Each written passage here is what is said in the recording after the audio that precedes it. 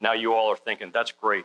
That was a study that was done 22 years ago, and it was a military study.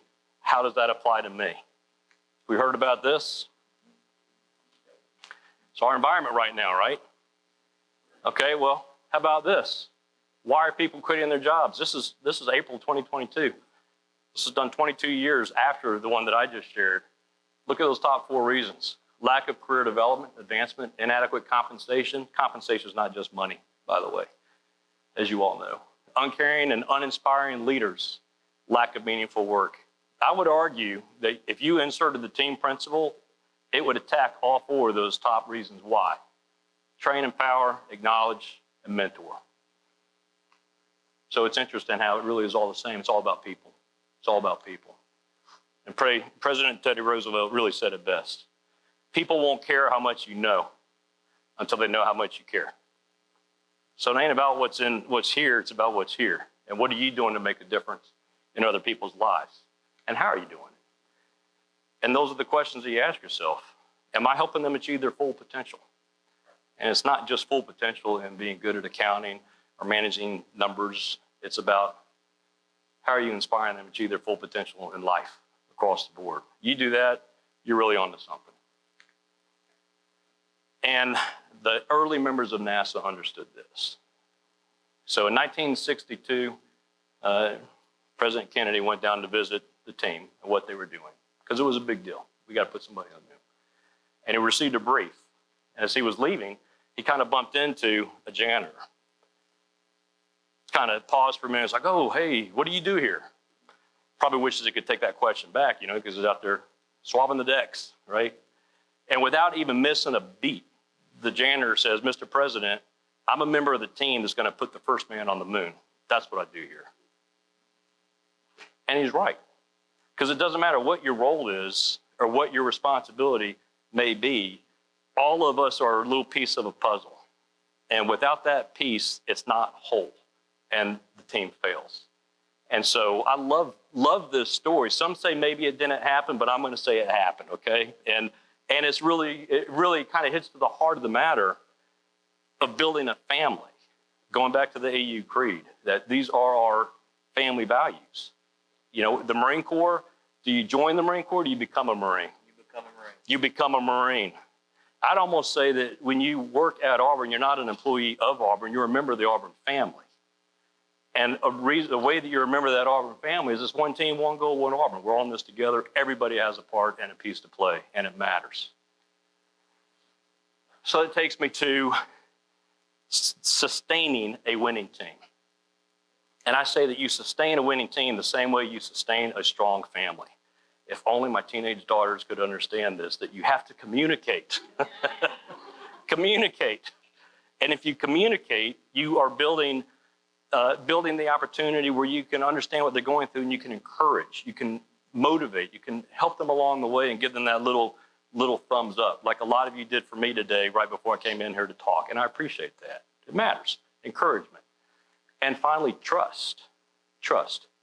If you communicate, encourage, and trust one another, your team's going to win every time. I can guarantee you that. I love this book. And so it was 2004 when I was first exposed to servant leadership and heard the author speak. If you haven't read the book, I highly encourage you to do so. And it became another element of my leadership philosophy. And thankfully, it starts with an S because then I was able to add it to team, and now I have teams. Train, empower, acknowledge, mentor, and serve. And that's what we do with our families, right? We serve the needs of our family members. Okay. Am I doing okay on time? I think I'm at about 20 minutes here left, maybe 15, if we will. This is an interesting story, and Simon Sinek wrote about it. It was back in 1997, the same year that I had my leadership crucible. In 1997, Shell Oil was just about to finish production of the largest oil rig that had ever been produced. And they had a guy by the name of Rick Fox who was going to be in charge of it. This is not an easy job. And if you make a slight mistake, you or a friend of yours, a colleague, could be killed as a result. So this lady reached out to Rick Fox, said, hey, I have been reading about this, and I understand safety is a big concern. If you want your team to be safe, you need to build trust and talk about your feelings. He said, are you kidding me? This is oil riggers. You think we're going to sit around a room and talk about our feelings? You're crazy. She said, come on out to Northern California and let me show you what we can do. She's a Holocaust survivor, by the way. And so she created this leadership consulting company that's just all about feelings. And so he went out there, took his son, because they were having some rough times. And after that short conference, workshop, they became much, much closer. So he said, you know what, I kind of like what you're doing. So he flew her out to Louisiana, and imagine this, you bring in all the members of the oil rig and introduce Claire here. So we're going to talk about feelings today. They said, are you kidding me? What does this have to do with the oil rig business? Why are we here and why does this matter? Some of you may have said that today. I don't know. But it matters big time because it's about breaking down the barriers and not looking at people as a means to an end, as people that turn widgets or do a certain job. You look at people as human beings. And every human being in here right now has a fear, has something that they're very excited about, has a dream, and maybe going through a rust spot. And if we all had an opportunity in smaller groups to kind of talk through those things, an interesting thing begins to occur. You start to trust one another. It's okay for you to be vulnerable. Raise your hand and say, I'm not so sure if I feel psychologically safe to communicate with you exactly what I'm going through. But you do because you've had that opportunity to build that relationship. Or maybe you don't want to talk about things because it makes you vulnerable, right? We don't like to be vulnerable. And if you put yourself out there, you're going to be vulnerable. But in a trusting team, you're okay to do that because you know that your colleagues have your back and your boss has your back. Expressing feelings is okay, even in the Marine Corps. And if you express your feelings and communicate and trust, you start to build that team, and it's going to be unstoppable. And how you feel really impacts how you do your job. So I've got a quick video clip here from Simon Sinek talking about a story of how same person, two different jobs, the only difference is a boss. And look at what happens here. They happen to have a coffee bar in the lobby of the Four Seasons in Vegas. And so one afternoon, I went and bought myself a cup of coffee. And the barista working that day was a kid named Noah. Noah was funny and charming and engaging, and I spent far too long buying a cup of coffee because I just so enjoyed talking to Noah.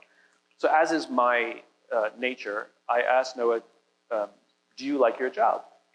And without skipping a beat, Noah said, I love my job. Now, in my line of work, that's significant.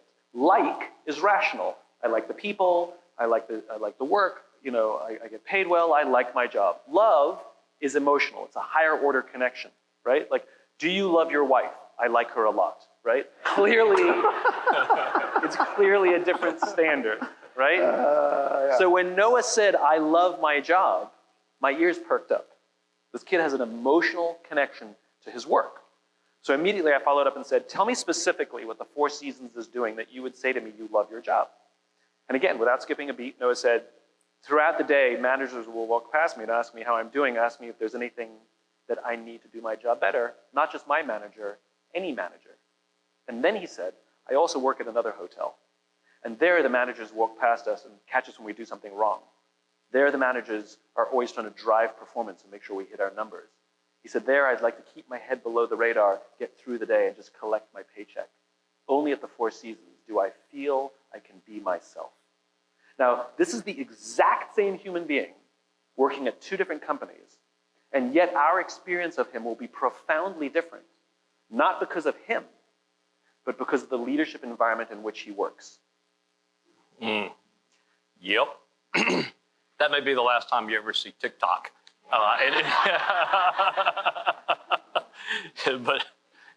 But don't worry, it was embedded video and it's not tied to China where they're watching everything we're doing right now, I promise. So what a great video, an unbelievable story. It's almost hard to even fathom that it's true, but it is. And that's the impact that we have on people. And you don't have to be the boss either. It's just human beings to human being contact and how we're helping each other, right? So this is the article that I wrote a long time ago about the team principle, but really the what's in it for me if you will, is the fact that all of us have the potential. And all of us are leaders.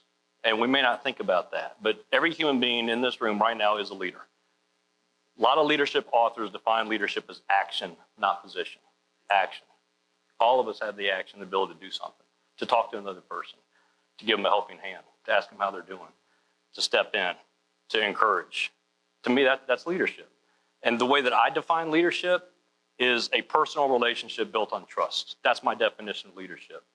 That's it. A personal relationship built on trust. If I trust you, I'm going to follow you. I know you got my back. I feel safe. And I believe in you. So we're all leaders. And we all have the potential to be something extraordinary. And if you reflect upon a crucible in your life, something that you've gone through, that you came out on the other end better, take some time to think about that. And did that form a basis of how you want to be as a human being or as a leader? Because it certainly did for me. And I've used the team principle countless times since 1997. And sitting in my office, no lie, this is taped to my bulletin board right next to my computer, is this as a little reminder. It's my personal accountability compass. And every day I kind of look at it. I say, okay, am I training my team to their full potential? Am I training them to their full potential? Am I training them to be successful, not just in the job, but in life? For empowerment. When I empower, do I hover or do I walk away? And you have to force yourself. It builds habits as you force yourself to do that, all right? Walk away. Don't hold on to it. Share it. Acknowledgement. Do I go around trying to catch people doing right? Or am I trying to catch them doing wrong? Big difference. I prefer to catch people doing right. Because when you're doing that, you're refreshing others. And Proverbs says it best. Those who refresh others will themselves become refreshed. Try it. Works. Acknowledge. And then mentorship. Did I take time today to mentor somebody? And just as important is that did I allow myself to be mentored? So those are my questions. That came from my crucible. So what's your crucible? What are your lessons? How are you going to hold yourself accountable to your own leadership standards based on what you experienced and learned in life? Okay, so we can either pause there or I have a 10-minute sea story. You want a sea story? Okay. You know what a sea story is? I can't cuss, can I? No profanity allowed. When you go out to sea and go on deployment, you do amazing things. And when you come back, you get to tell your sea story. And sometimes they're greatly embellished. But this one is a no kidding. This one's going to be true, okay? I took this picture as I was flying out to the USS Iwo Jima. I was going to be the commander of a special purpose Marine Air Ground Task Force. And that was going to be my home for the next 5 months. And it was a great home. So our deployment was really exciting. Now, the reason that we were deployed to South America is because it was shortly after that devastating earthquake that hit Haiti, okay? So we were sent there during hurricane season, and we were going to be the primary response force for humanitarian assistance, disaster relief, reduce human suffering, and all that. So this was our team that was built. But what are you going to do for 5 months when you're floating around in the South Pacific, sitting off the coast of South America and Central America? Well, you train, right? And so that's what we did. We had 8 different countries that we went to, and the Marine Corps primarily was to provide security for non-government organizations, medical teams, Doctors Without Borders, and things of that nature, doing a humanitarian mission for all these different countries. Our job was to train with the respective militaries. And so it was a lot of fun. Got to go to a lot of different places. Really one of the greater experiences that I've had, honestly, during my time. So the top left there is us with the Guatemalan Special Forces. They were phenomenal, very impressed with what they can do. Costa Rica, they don't have a military. That's their police force. So that's us training there in their police force academy. That picture started off with just me and the one guy to my left, and then we got completely bum rushed by like everybody. And it ended up being a pretty cool picture. That was a lot of fun. And that top right there is the first part of our deployment in Nicaragua, where we provided security for a Navy Seabees as they built a baseball field for an impoverished part of Nicaragua. So we were having a blast, lots of fun. And you know, happy and motivated teams, they're easy to work with. They're easy to work with. They're lots of fun. and you get things done, and you do it with a smile on your face. What about unhappy and disgruntled teams? Have we seen that before? Yep, we did. And we experience both.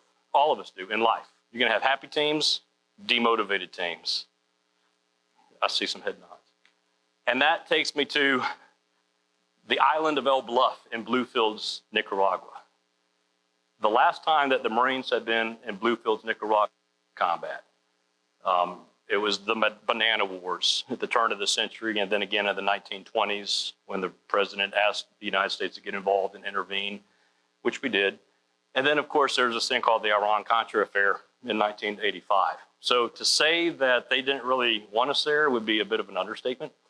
And I still have my commander's diary entry from September 17th. I wrote, the receptions have been lukewarm at best, as if they really don't want us here.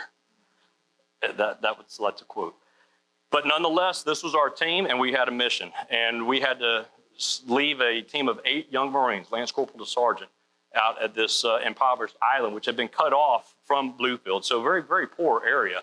And as with all of our engagements, I would go with the security detail. We'd walk the land. We'd talk to the people to make sure that we're going to be able to do a mission. And this is from our site survey. At least 3 of those pictures are. And you can see this is not easy living, okay? And you've got the Nicaragua flags or Sandinista flags all over the place. And I want you to just observe the incredible smile on this guy's face and how excited and happy he is that we're there to train with them.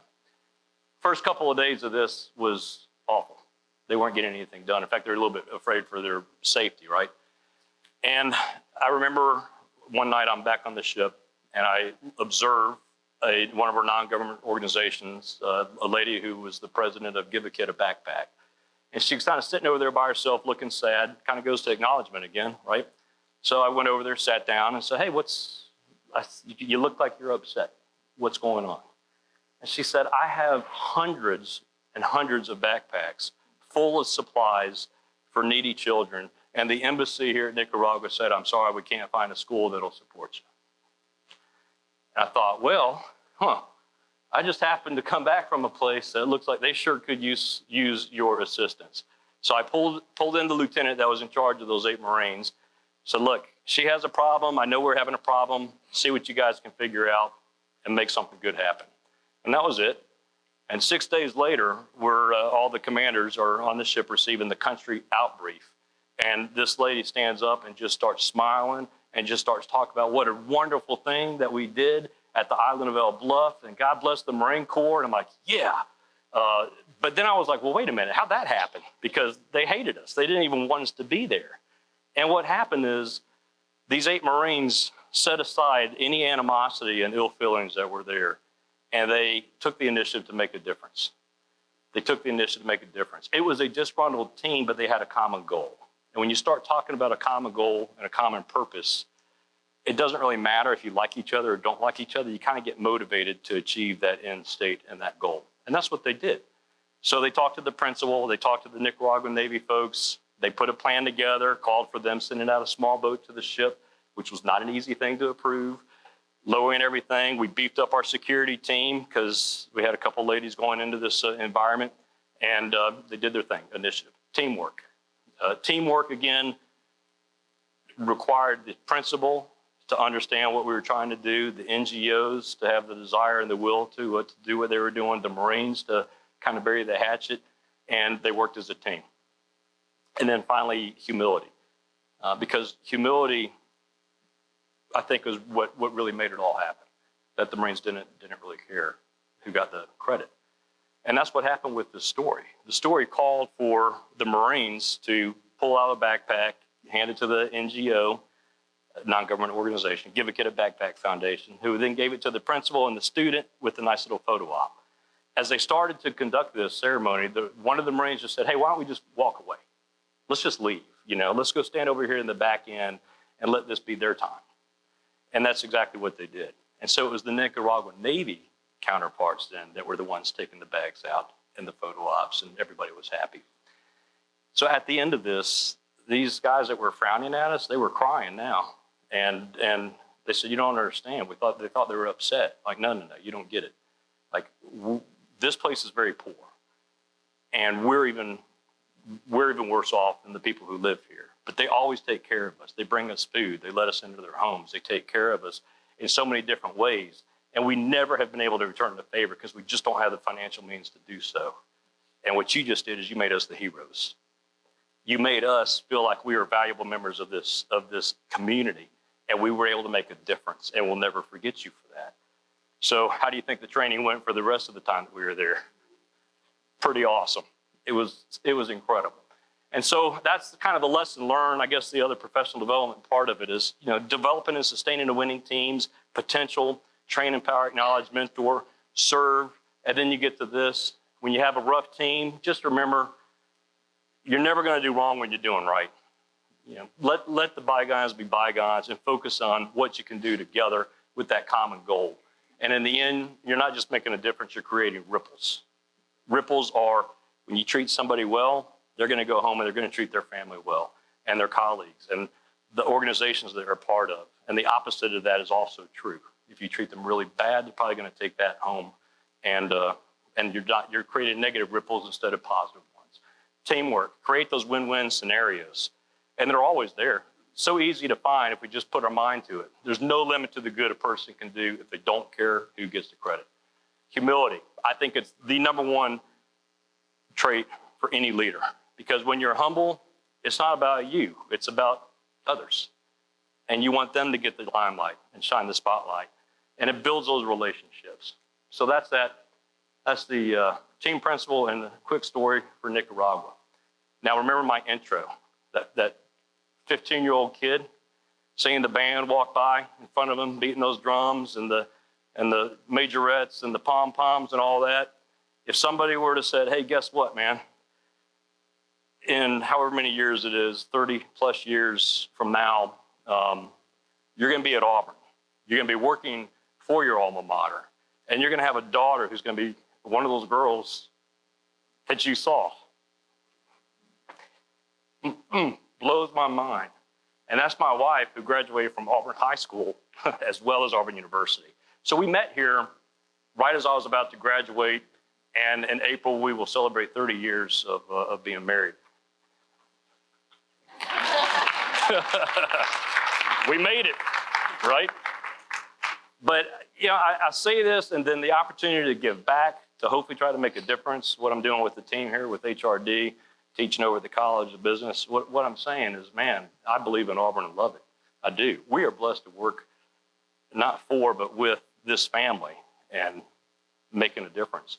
And it's a great place. So this is me in 1992. That's my future wife to my left. That was my mom, who passed away in 2015, also an Auburn graduate.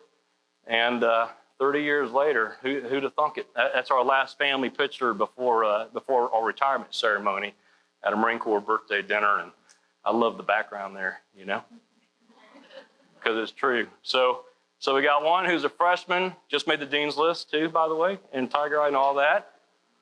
I don't know how she did it. I was on academic probation my first term, and that's a fact. And then we got another one who's flagline in high school, and she's a future Auburn Tiger. So there you go. That's my story. I'm sticking to it. And I don't know if you want time for questions or just to press on with. Nobody wants to ask a question. So yeah, there you go. Thanks.